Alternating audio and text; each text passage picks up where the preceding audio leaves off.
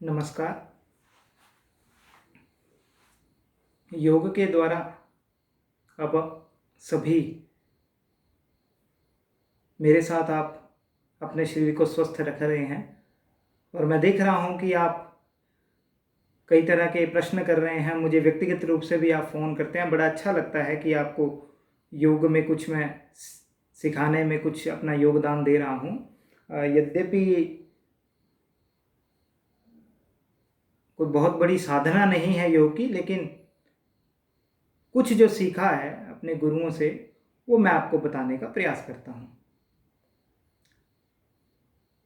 केवल आसन जो है वो योग नहीं होता है, मैं आपको ये बता दूं। योग जो है वो उसके 8 अंग हैं, अष्टांग योग बोलते हैं, जिसमें यम, नियम, आसन, प्राणायाम, प्रत्याहार, धारणा, ध्यान, समाधि। तो ये 8 आसन हुए। और केवल आसन करने से यदि आप सोचें कि ये हम योग कर रहे हैं तो ये पूर्ण योग नहीं है। सबसे पहले यम आएगा, नियम करने पड़ेंगे, नियमों का पालन करना होगा हमें। यम नियम, फिर तीसरे पर आसन, उसके बाद प्राणायाम। यम नियम आसन प्राणायाम प्रत्याहार, फिर धारणा, ध्यान, समाधि। तो इस तरह से आज मेरा केवल बताने का यही प्रयास है कि केवल आसन जो होते हैं वो योग मात्र नहीं है। योग के लिए हमें 8 अंग तक, अंतिम समाधि तक पहुंचना होता है।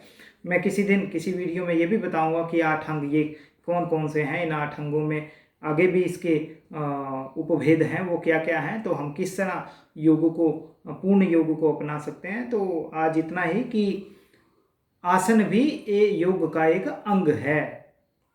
तो आसन एक विशेष प्रकार के शरीर को एक आकृतियां बनाई जाती हैं जिससे शरीर को, बाह्य शरीर को लाभ होता है, लेकिन आंतरिक शरीर को, मन को स्थिर करने के लिए हमें धारणा, ध्यान, समाधि तक पहुंचने के लिए और भी क्रियाएं करनी पड़ती हैं। तो आज हम एक नया आसन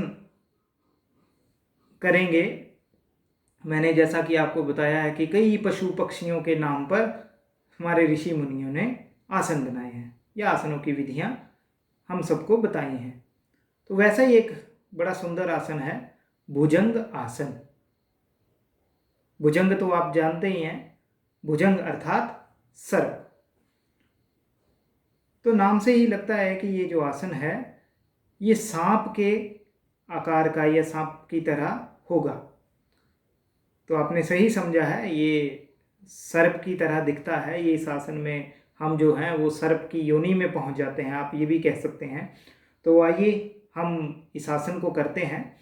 ये आसन जो है वो पेट के बल किया जाने वाला आसन है। तो हम आइए पेट के बल पहले लेटेंगे, अपना आप स्थान ले लेंगे जहाँ आपने आसन करने हो। इसमें कुछ बातों का ध्यान रखेंगे, तब तक आप अपने हाथ ऐसे रख लीजिए। आपके जो पाँव हैं वो मिले हुए होने चाहिए और बाहर की तरफ तने हुए, अर्थात पीछे की तरफ तने हुए। और जो आपके हाथ हैं वो नाभि के आसपास, लगभग नाभि के आसपास।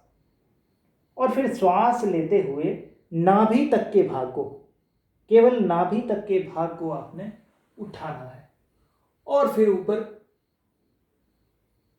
करने का प्रयास करना है। ऊपर देखना है, आसमान में देखेंगे। अब श्वास आपका सामान्य चलता रहेगा।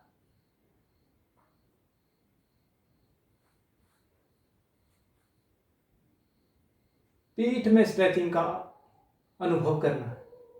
अब धीरे से आप नीचे आ जाएंगे। आप इसको और अधिक भी कर सकते हैं, थोड़ा सा अपने हाथों को आगे लेकर और अधिक उठा सकते हैं। तो आपकी बाजू जो है वो बिल्कुल सीधी हो जाएगी और आप और अधिक ऊपर को देख पाएंगे।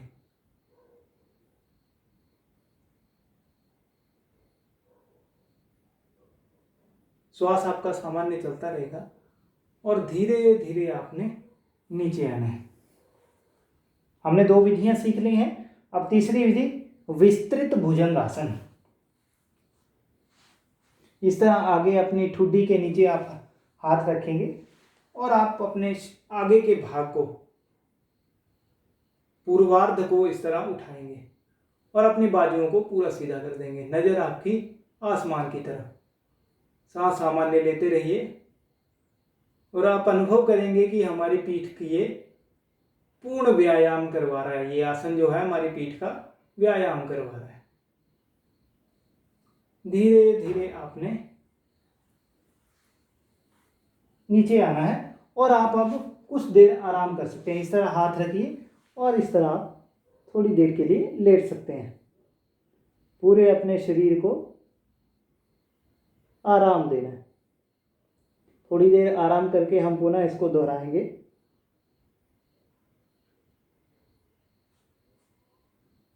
तो पहली क्रिया, नाभि के आसपास हमने हाथ रखना है। बाजू जो है हमारी पेट के साथ सटी हुई और नाभि तक के भाग को उठाना है।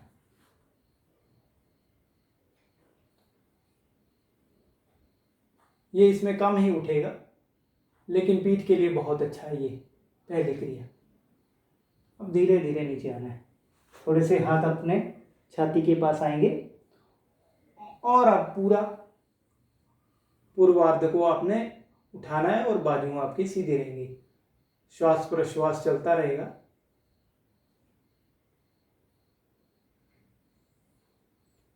धीरे धीरे नीचे आना है, कोई झटका नहीं देना है। और फिर ठुड्डी के नीचे दोनों हाथ रखकर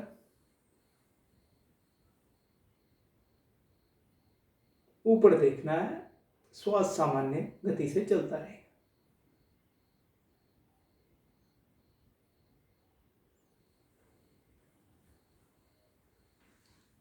इस तरह कुछ देर आराम करके आप उठ सकते हैं। अब आज जो हमने भुजंग आसन किया, इसके कई लाभ हैं। जैसे जो हमें प्रत्यक्ष रूप से दिख रहे हैं, उसमें पाचन की जो भी समस्याएं हैं उनके लिए आसन बहुत अच्छा है। यदि पाचन संबंधी कोई भी हमें समस्याएं होती हैं, अपच की समस्या है, कब्ज की समस्या है, गैस की समस्या है, उसमें ये आंत जो है हमारी छोटी आंत और बड़ी आंत, उनकी ये एक्सरसाइज होती है। तो उसके लिए ये बड़ा लाभकारी है। पाचन की समस्याओं को ठीक करता है।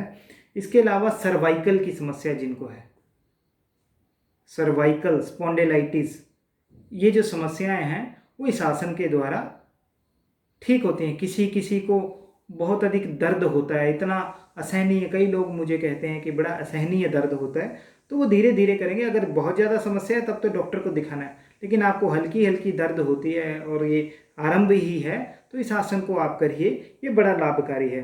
तो सर्वाइकल स्पॉन्डिलाइटिस या किसी को स्लिप डिस्क की प्रॉब्लम हो, स्लिप डिस्क जो है वो अपने स्थान से हिल जाती है, तो अगर वो कोई समस्या है तो उसके लिए भी ये बड़ा अच्छा आसन है।